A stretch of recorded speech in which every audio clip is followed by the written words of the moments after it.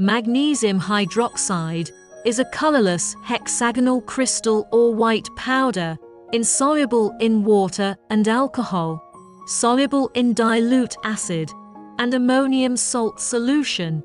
The water solution is weakly basic. The solubility in water is very small, but the dissolved part is completely ionized. Magnesium hydroxide ball press should be prepared before pressing materials. The blast furnace production of magnesium hydroxide industry needs concentrate, and the pellet production of magnesium hydroxide ball press also needs concentrate. Pellet raw materials should have a certain size, suitable moisture, uniform and good chemical composition.